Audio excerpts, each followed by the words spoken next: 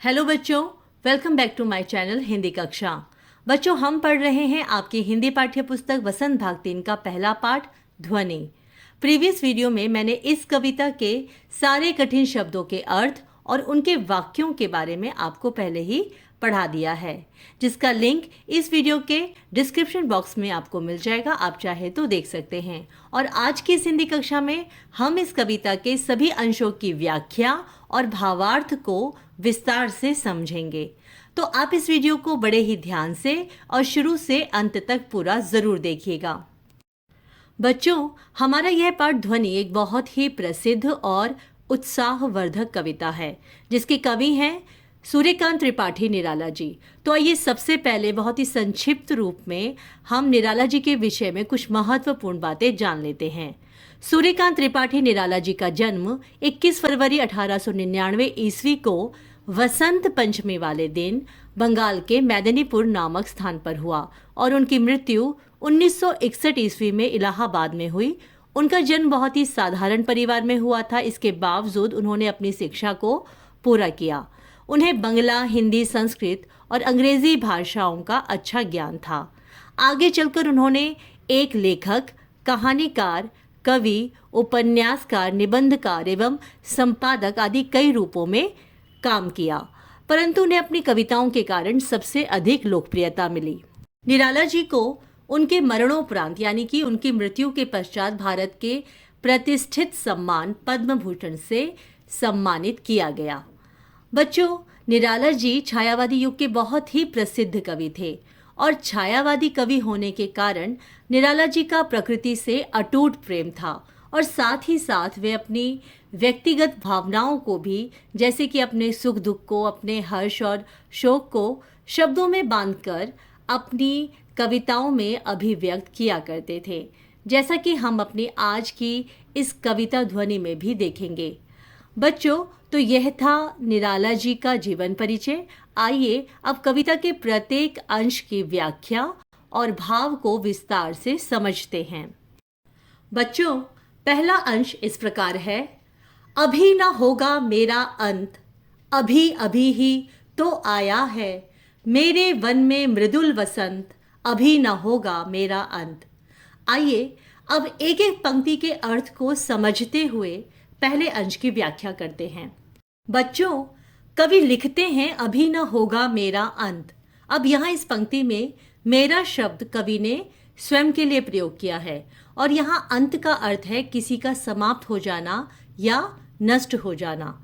तो इस पंक्ति के माध्यम से कवि अपने आशावादी होने का परिचय देते हुए एक प्रकार का संदेश दे रहे हैं कि उन्हें अपने जीवन में या फिर एक कवि के रूप में चाहे जितनी भी बाधाओं का या चाहे जितनी भी चुनौतियों और कठिनाइयों का सामना करना पड़े, मगर वे उन बाधाओं से, उन कठिनाइयों से थक कर या हताश या निराश होकर अभी हार मानने वाले नहीं हैं। इसीलिए अभी उनका अंत संभव नहीं है। इसका अर्थ ये हुआ कि कवि अपने जीवन के प्रति बहुत उत्साहित और आशावादी हैं और अपने जीवन के लिए उनका जो सकारात्मक दृष्टिकोण है वो किसी भी तरह समाप्त नहीं होने वाला। बच्चों, तो इस पंक्ति के द्वारा कवि हमें पहला तो अपने आशावादी होने का परिचय दे रहे हैं और साथ ही दूसरा वे स्वयं को उत्साहित करते हुए अपने मनोबल को भी बढ़ा रहे हैं। मानो जैसे कि उन्होंने अपने मन में, अपने भीतर कोई संकल्प या निश्चय किया हो कि चाहे जो हो, चाहे जीवन में कितनी भी परेशानियां आए, वे हार नहीं मानेंगे। बच्चों, अब यहाँ प्रश्न उठता है कि कवि ऐसा क्यों कह रहे हैं या वो जीवन के प्रति इतने आशावादी या सकारात्मक क्यों हैं। बच्चों, इसका उत्तर हमें आगे की इन दो पंक्तियों में मिलता है।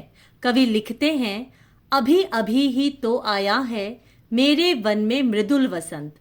तो इन पंक्तियों में कवि अपने जीवन की तुलना वन से करते हुए कहते हैं कि मेरे वन में यानी मेरे वन रूपी जीवन में अभी अभी मृदुल यानी कि कोमल और सुखद वसंत का आगमन हुआ है, इसीलिए मेरा अंत संभव नहीं है। अब यहाँ इन पंक्तियों में कवि अपने जीवन में वसंत आने की बात कह रहे हैं। बच्चों, आप सभी जानते हैं हमारे देश में पाई जाने वाली 6 ऋतुओं में से वसंत ऋतु सबसे सुंदर, सुखद और सुहावनी ऋतु मानी जाती है। इसीलिए इसे ऋतुराज यानी ऋतुओं का राजा भी कहा जाता है।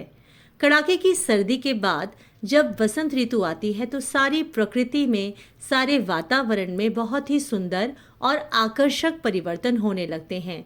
जैसे कि ठंड कम होने लगती है, मौसम सुहावना हो जाता है, फसलें पकने लगती हैं, पेड़ों में नए नए पत्ते आने लगते हैं, तरह तरह के कई रंग बिरंगे फूल खिलने लगते हैं, आम के पेड़ बौरों से लद जाते हैं, कोयल आदि पक्षी गीत गाने लगते हैं और पीले पीले सरसों के फूलों से भरे खेत बहुत ही सुंदर दिखाई देते हैं। तो इस प्रकार प्रकृति का कण कण, सभी पेड़ पौधे, फूल, फसलें, पशु पक्षी, मौसम और सारी मानव जाति सभी प्रसन्नता और आनंद से भरकर जैसे प्राणवान हो जाते हैं। मानो जैसे कि वसंत ऋतु के आने से सारी प्रकृति या प्रकृति से जुड़ी हर एक वस्तु फिर से सक्रिय होकर नव निर्माण के काम में लग जाती है और हमारी धरती पर फिर से एक नए जीवन का आरंभ होने लगता है, एक नई शुरुआत होने लगती है। इसीलिए वसंत ऋतु को विकास और नव निर्माण का प्रतीक भी माना जाता है। तो बच्चों, इन दोनों पंक्तियों में कवि अपने जीवन में इसी सुंदर और सुखद वसंत के आने की बात कह रहे हैं, जिसके आने से या जिसके प्रभाव से कवि भी अपने जीवन में बहुत आशावान और उत्साहित हैं। यहाँ कवि के कहने का अर्थ ये है कि जिस प्रकार वसंत के आने से प्रकृति को नवजीवन मिलता है और वो नवनिर्माण करने लगती है, ठीक उसी तरह वसंत के रूप में अपने जीवन का लक्ष्य या उद्देश्य मिल जाने से उनके भी कवि जीवन को एक नवजीवन मिल गया है और वे भी एक नई चेतना, एक नई ऊर्जा और उत्साह से भरकर अपनी रचनाओं से, अपनी कविताओं से इस समाज के नव निर्माण में लग गए हैं। बच्चों, इस अंश की अंतिम पंक्ति में कवि फिर लिखते हैं, अभी न होगा मेरा अंत। यहाँ इस पंक्ति के माध्यम से कवि वसंत से प्रेरित होकर या उत्साहित होकर अपने जीवन में आने वाली उन सभी बाधाओं को या अपनी उन सभी विरोधी परिस्थितियों को एक प्रकार की चुनौती दे रहे हैं कि जब तक वे अपने उद्देश्य की प्राप्ति नहीं कर लेते, उन्हें पूरा नहीं कर लेते, तब तक उनका अंत संभव नहीं है। बच्चों, इस प्रकार हमने इस अंश में देखा कि कवि एक सकारात्मक दृष्टिकोण वाले व्यक्ति हैं और एक कवि के रूप में अपने जीवन के उद्देश्य को पाकर वो अपने भीतर एक नव यौवन का, एक नव जीवन का अनुभव कर रहे हैं और उनके जीवन में, उनके मार्ग में चाहे जितनी रुकावटें आएं, मगर उनसे घबराकर न तो वे स्वयं निराश होंगे और न ही उनके विचारों का और उनकी रचनाओं का अंत होगा। वे निरंतर इस समाज के उत्थान के लिए एक कवि के रूप में अपने दायित्व को निभाते रहेंगे। तो इस प्रकार इन पंक्तियों में कवि हमें अपने जीवन में सदा आशावान रहने का, सकारात्मक रहने का संदेश दे रहे हैं और उनके अनुसार किसी भी व्यक्ति का अंत वास्तव में तब होता है जब उसके जीवन का कोई लक्ष्य या उद्देश्य नहीं होता, वह लक्ष्यहीन होता है या फिर अपने लक्ष्य को पाने के लिए संघर्ष किए बिना ही वह हार जाता है या निराशा से घिरा रहता है। बच्चों, तो यह थी हमारे पहले अंश की व्याख्या और अब बढ़ते हैं अपने अगले अंश की ओर। बच्चों, अभी हमने पहले अंश में पढ़ा कि जो कवि हैं उन्होंने अपने जीवन के उद्देश्य या लक्ष्य की तुलना वसंत के रूप में की है, जिसके आने से उनका कवि जीवन प्राणवान हो गया है और नवयौवन से भर गया है।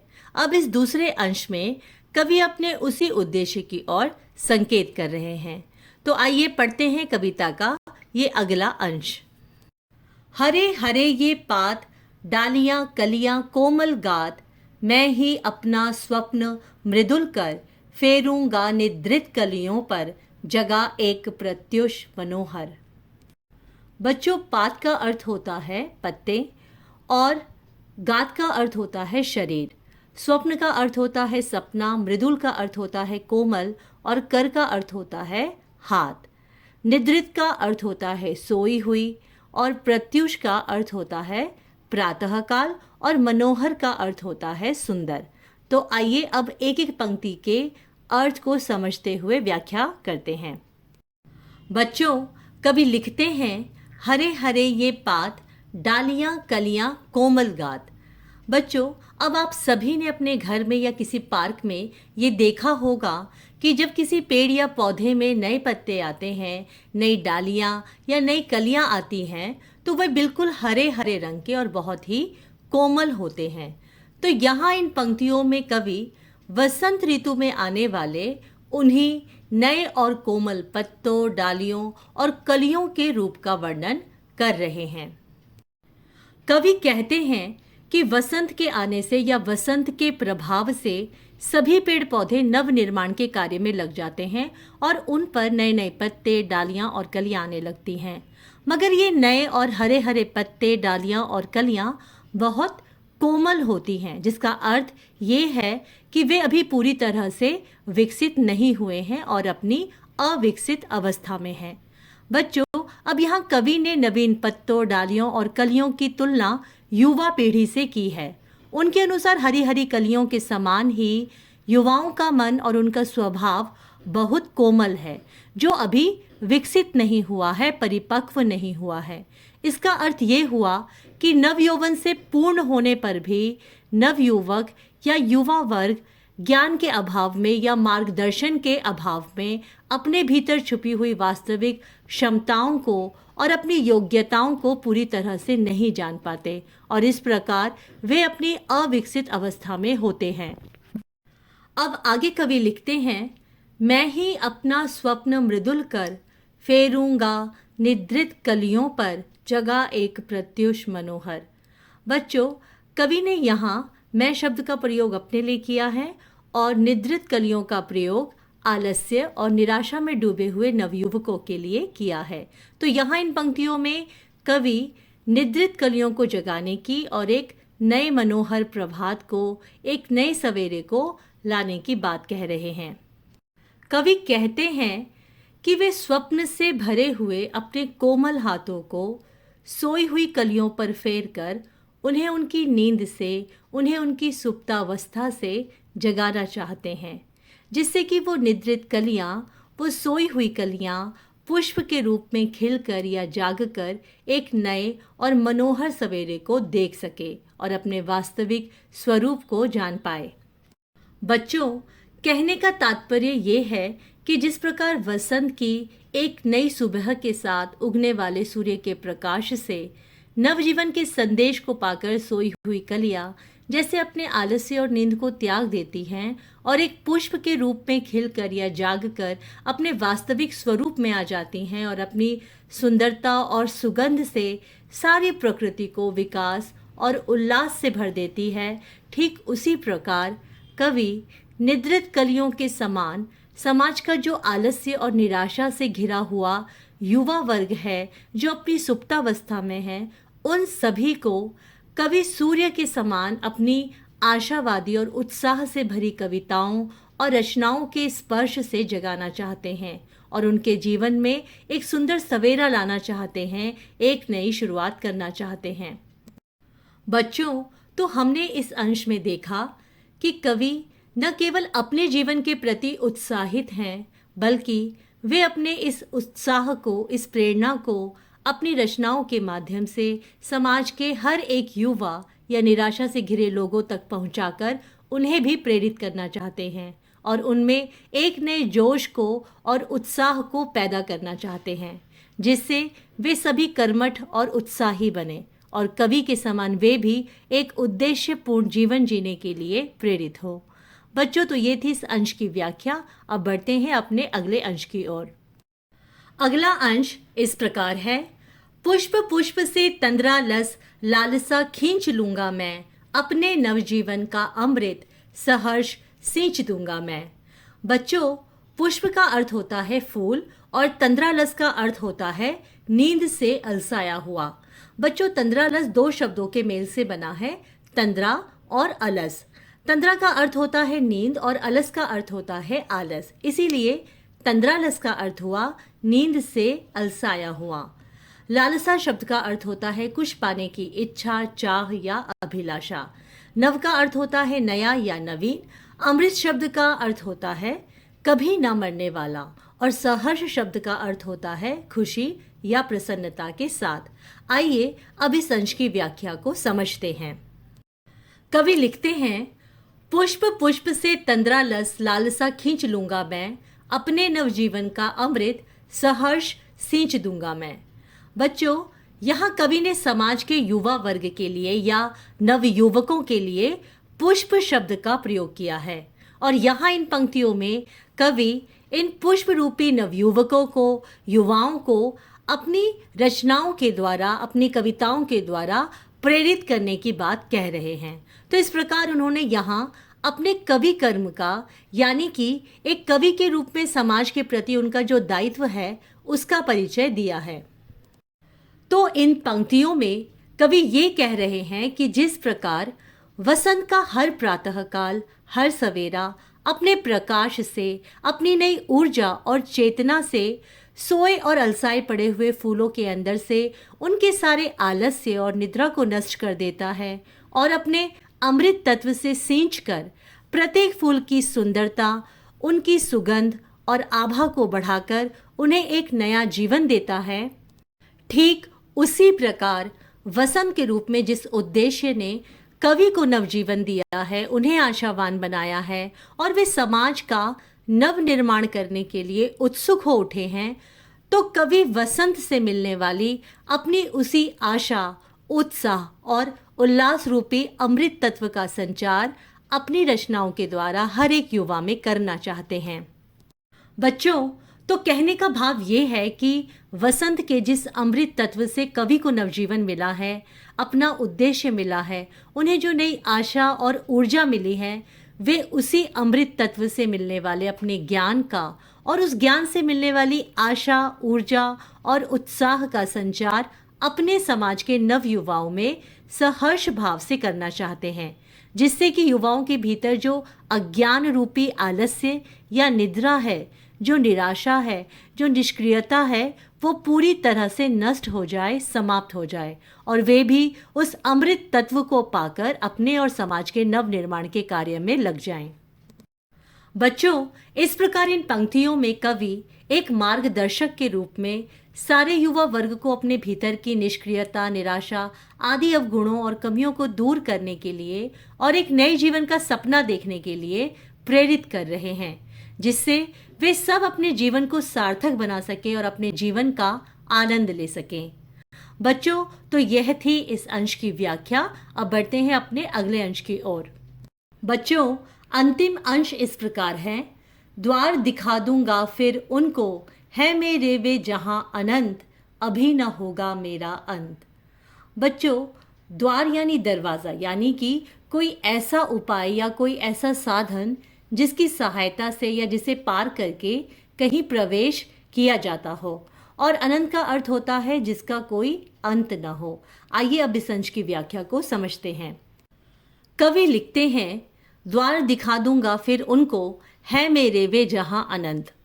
बच्चों, इन पंक्तियों में कवि ये कहना चाहते हैं कि जिस प्रकार वसंत प्रकृति के हर वस्तु को अपने अमृत से भर देती है और उन्हें अनंत मार्ग की ओर ले जाती है, यानी उस मार्ग पर ले जाती है जिसका कोई अंत नहीं है, जहां वे कभी न समाप्त होने वाले जीवन को और सुंदरता को प्राप्त कर लेते हैं।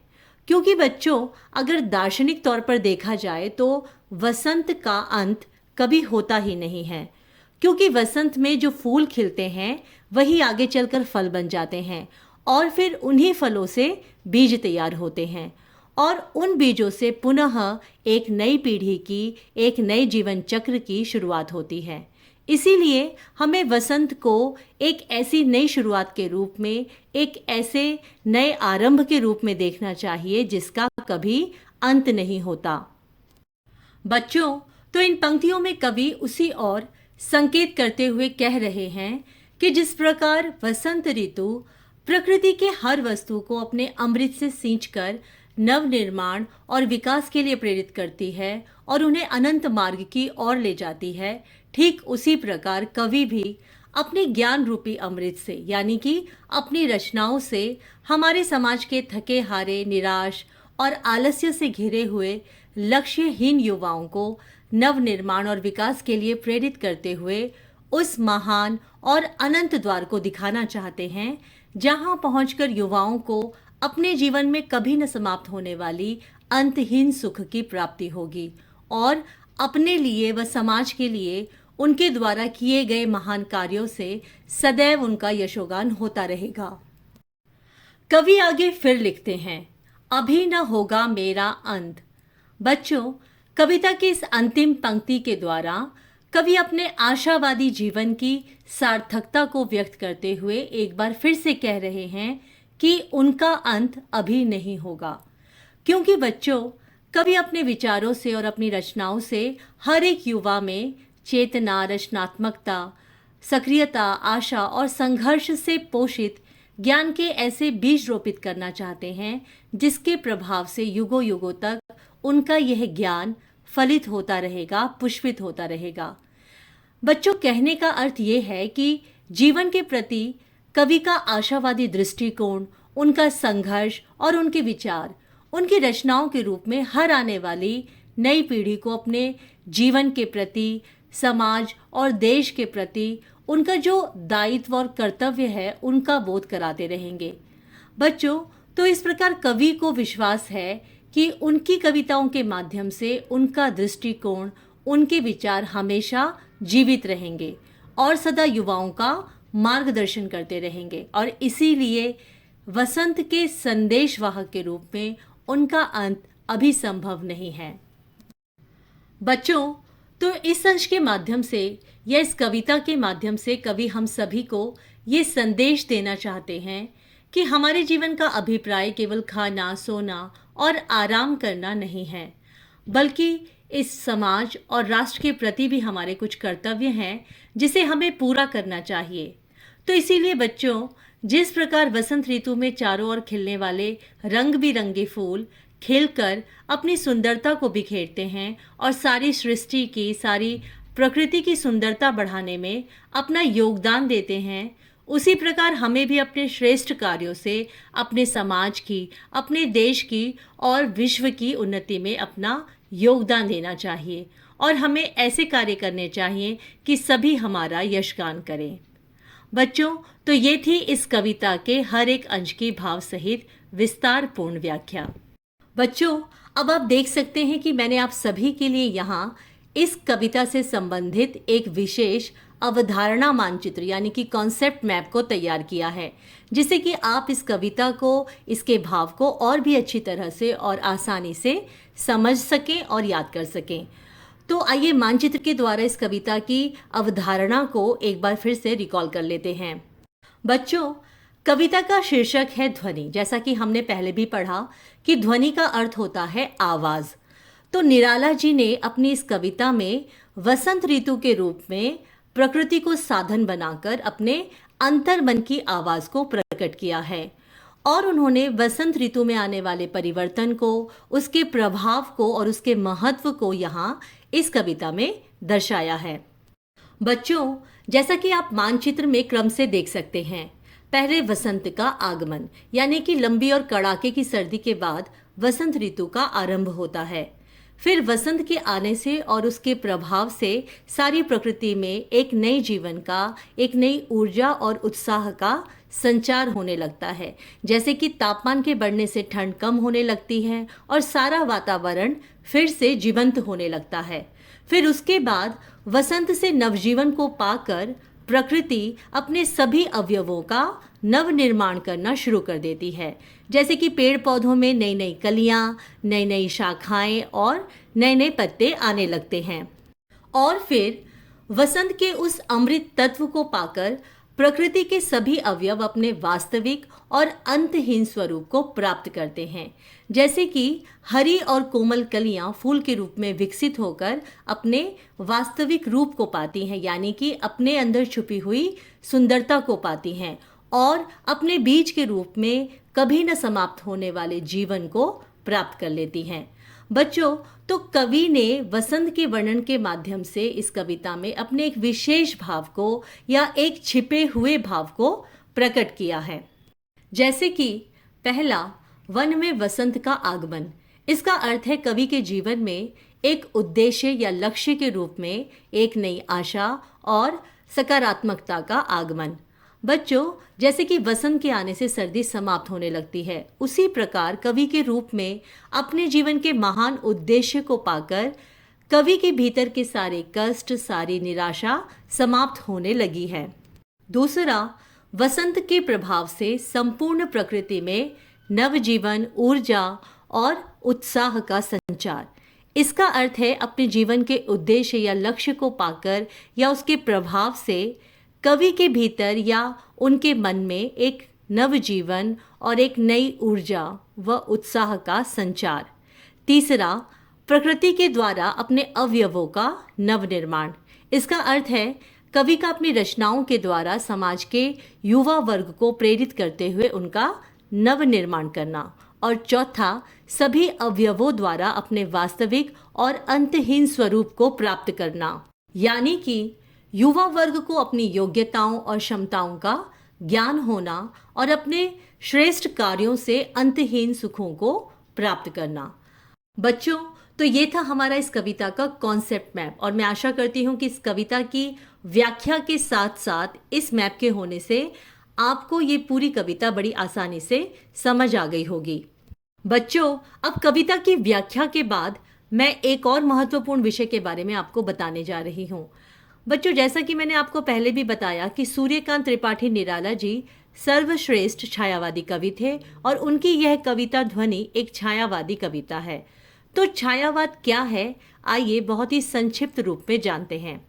बच्चों, आपने पिछली कक्षाओं में हिंदी के अलग अलग रचनाकारों की, कवियों की कई कविताओं को पढ़ा है। जैसे कि आपने अपनी छठी कक्षा में वसंत भाग 1 में केदारनाथ अग्रवाल जी की वह चिड़िया जो नामक कविता को पढ़ा, जो एक प्रगतिशील कविता है और जिसकी भाषा आम बोलचाल की साधारण भाषा है। इसके बाद आपने तुलसीदास जी की रचना वन के मार्ग में को पढ़ा, जो भक्ति काल में लिखा गया एक सवैया है और जिसकी भाषा अवधी है। बच्चों, तो इन दोनों कविताओं के कवि अलग अलग समय के हैं और इन दोनों कविताओं की रचना अलग अलग समय में हुई है, जिसके प्रभाव से या जिसके कारण इन कविताओं की भाषा और शैली में आने वाले अंतर को आप देख सकते हैं, समझ सकते हैं। तो इस प्रकार हिंदी साहित्य की दृष्टि से देखें तो ये दोनों कविताएं दो अलग अलग समय की काव्य धाराओं की रचनाएं हैं। वह चिड़िया जो आधुनिक काल के प्रगतिशीलवाद की रचना है और वन के मार्ग में मध्य काल के भक्ति युग की रचना है।